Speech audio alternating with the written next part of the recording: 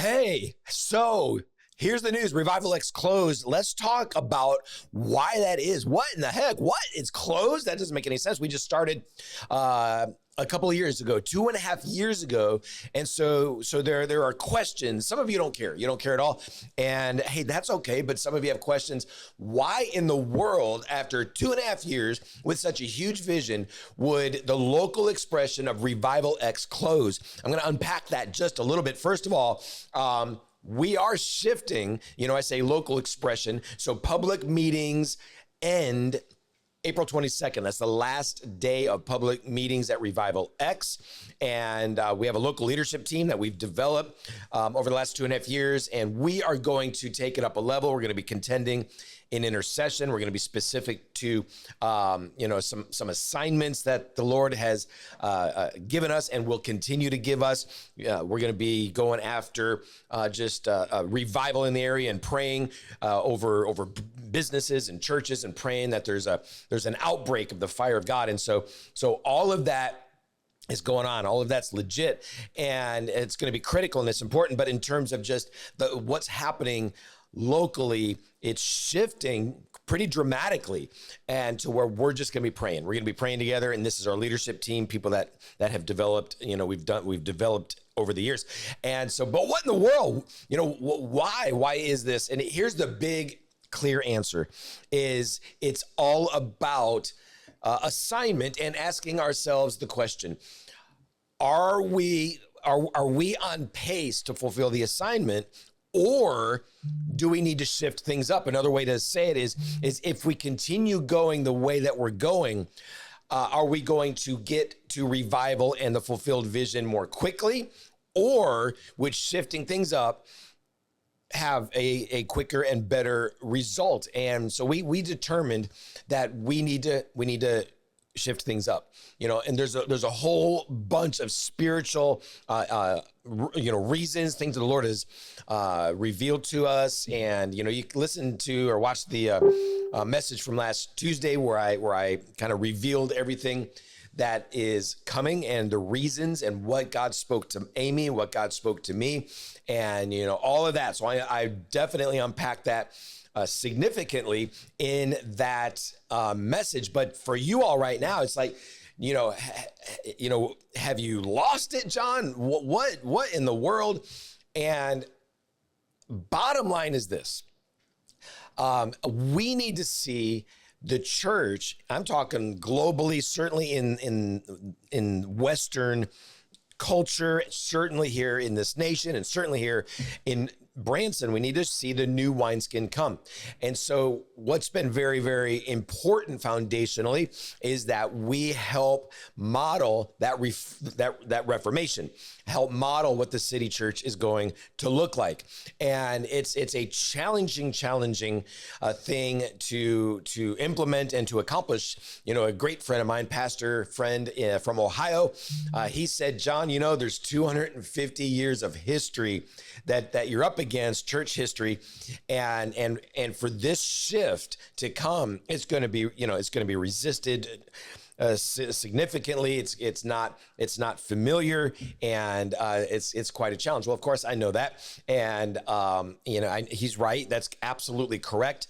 But he's saying, he said this. He's like I'm ready for it myself. Is basically what he was saying. I'm ready to step into this myself, and so this city church model. I'm writing a book on it right now called Fire Will Fall. And when the city church model is developed and we're able to see churches in the region running at the same pace, in the same direction, in sync, we're going to be able to get the job done a whole lot more quickly. And so it's a big vision. Bottom line for us, we knew going in, this is my third church plant. And, we knew going in that in order to embrace the shift, we've got to embrace the shift. In order to embrace the new wineskin, we've got to embrace the new wineskin. I believe strongly that the church is moving away from being a primarily pastor driven. It's in my mind, it's kind of wild that pastor has become the senior expression of leadership in the church, and where pure pastors, they are not typically wired, equipped, gifted to lead at a senior level. They're equipped to lead in some very significant, profound, powerful, effective, and necessary ways. But in terms of a senior level leadership, it just simply doesn't work. Now, I don't want to get too far off track. There can be some hybrids. There can be some people with strong pastoral gifts along with strong apostolic gifts, and they're going to do well. But in terms of a pure pastor, which most are, most are just a pastor or just a prophet or just an apostle, is very, very difficult for them to accomplish what needs to be accomplished. And so by design, when we launched Revival X, we determined that we were going to embrace the shift, embrace the new wineskin, and we were not going to be a pastor-driven church. And that's sacrilegious to a lot of people because, of course, in the culture that we live in and have been living in for a long time, it's default. It's the norm. It seems to be obvious. Of course, the church has to, every local church has to have a primary pastoral emphasis. And I disagree. I flat out, disagree. I believe the church in many ways is over pastored. There are pastors that are just burning out. I mean, tons of pastors burning out, and many of them are suicidal. There's stats that back all of this up. It's insanity. It's terrible. It's horrible. It's heartbreaking. And there's demands on their life to do things they can't do. They're not equipped to do. But if they don't do them, then people are going to turn on them, or they're going to leave, or the church is going to fail, or whatever, whatever the fear is, So we need to see a move away from pastoral driven churches. And so our focus at Revival X has been to gather those people that are desperate, hungry, burning. They're apostles and prophets and intercessors and revivalists. Gather them together, and to where it's not a significantly pastored environment. There's community for sure. I mean, it's incredible, and there's fellowship, and there's like-mindedness, and all of that's going on. But in terms of and you understand, what I'm talking about is, people go to church, and now the focus is me, right? Feed me, nurture me, help me, equip me, be there for me, answer my phone calls, answer my texts, and if you don't do what I really need you to do and want you to do and desire you to do, then I'm going to pull back, and I'm going to go do my own thing. And I need the attention of the senior leader. I need the attention of the pastor. I need that. And if I don't get that, well, then there's problems, and I'm frustrated and discouraged, and I just don't feel connected. And I believe that's just detrimental to the vision of citywide revival. It's detrimental. So, we gotta, we said we're not going to do that. We encourage people to connect in other churches if they really need that strong pastoral encouragement, and I think that's great. There are people out there that are very good at that, and so pastors, I think, and they're great at leading small groups. They're great at nurturing.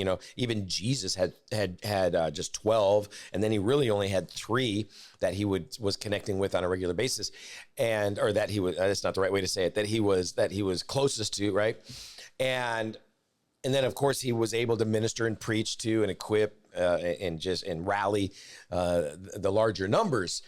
But so pastors can do that. They can function on the small scale. But at Revival X, we were like, we can't do that. And so the idea is, and there's all sorts of focuses that we've had in terms of gathering. We want to gather the radicals. We want to gather the burning ones. We want to pull them together, get everybody equipped, everybody on the same page, everybody, running in the same direction. The focus is revival. The focus is pushing back the kingdom of darkness in Branson. Well, here's the deal. So they generally were not showing up. weren't showing up. And so we had asked ourselves the question, or they would show up and they wouldn't stay connected. Because again, I think, a lot of us are very familiar with, very highly pastoral environments. It's like, wait a minute, it's hard for me to connect in this. And it's hard, and I don't, how do I, where's the nurturing and where's the pastoral care? And I get that. There's sometimes, man, we need that. I need that at times. But that's not what our calling was. For example, you go to a house of prayer. That's not going to be usually it's not going to be a pastored environment. It's going to be a gathering where people are equipped, people are praying, they're running in the same direction. Well, that's the same with an apostolic hub, a prophetic hub, a revival hub, very much the same. Well, I believe we need to see that mindset continue to develop and to take over what we know as the local church. But people would come to Revival X and it's like, phew, and of course there's other roadblocks too, what about, theologically, are we connecting and on and on. There's so many different things, but we weren't finding, for lack of a better word, success in gathering the people and understanding that we didn't feel called to be in a highly pastored environment. Now, we could do that. You kick into a highly pastored environment, people will be like, oh, okay, this is familiar. Okay, I can jump into this. And we'd have the numbers. We get people in. That's just not our call. We're very assignment driven. And we need people that are ready to hit the ground running. Not perfect people, not by any means, right? But people that are ready to hit the ground running. So I believe, here's what I believe. I believe Branson specifically, and this I think is probably true in many regions, that the gathering part of it, Branson's just not quite ready. I'm talking about gathering this Gideon army, people that are ready to just burn night and day, contend, have dreams and visions, grow fast, grow strong, and I believe generally, of course, there's some out there that are definitely ready, but generally speaking, not ready. There are people that are ready to dive into great worship environments, people that are ready to dive in and I'm talking about, these are great people that are ready to dive into all sorts of great things. But I'm talking about specifically this army, this Gideon army. It's 1% of the entire army. This Gideon army that are ready. I'm not looking for anything. I'm not looking for my own thing. I'm not looking for my own satisfaction. I'm ready to come and die. I'm ready to burn. I'm ready to pray. I'm ready to contend, laying down, my own thing. And let's go get revival. Let's see it happen in the region. And so I believe the gathering part of it is kind of on delay.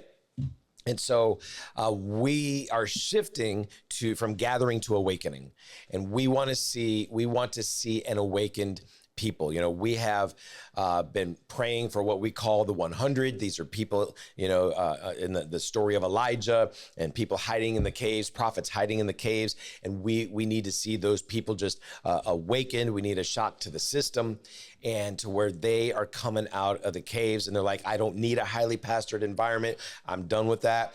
Show me how to burn, where to burn, when to burn, and I'll be there, right?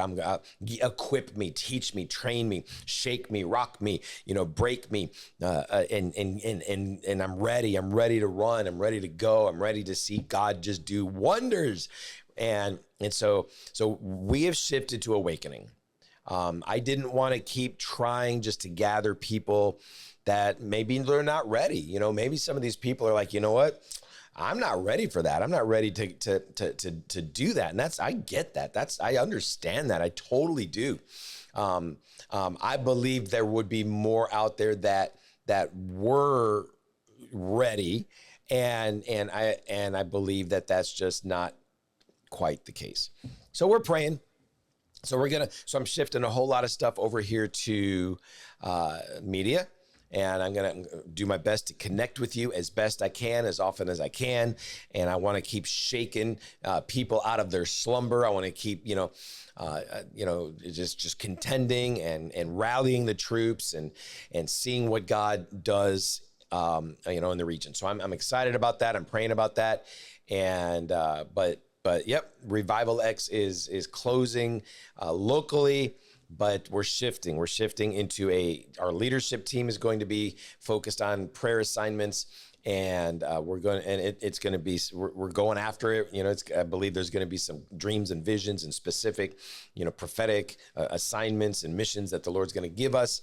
And we're praying for breakthrough in Branson. We're also praying that God will just do wonders in other churches here in the region. We're praying in, apostles and prophets and others that are going to be catalysts in the region.